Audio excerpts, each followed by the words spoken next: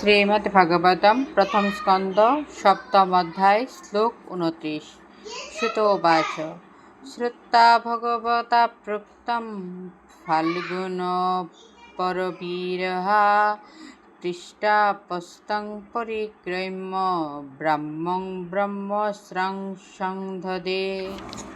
অনুবাদ। সুতোবাচ সুত গোস্বামী বললেন, শ্রোতা শ্রবণ করে ভগবতা পরমেশ্বর ভগবানের দ্বারা প্রোক্তম উক্ত ফাল্গুনী অর্জুনের আরেকটি নাম, পরবীরহা প্রতিপক্ষের বীরদের হত্যাকারী, স্পৃষ্টা স্পর্শ করে অপজল তম তাকে পরিক্রমা করে ব্রহ্মাহ পরমেশ্বর ভগবান ব্রহ্মাশ্রম পরম অস্ত্র সংধদে ক্রিয়া করলেন। অনুবাদ।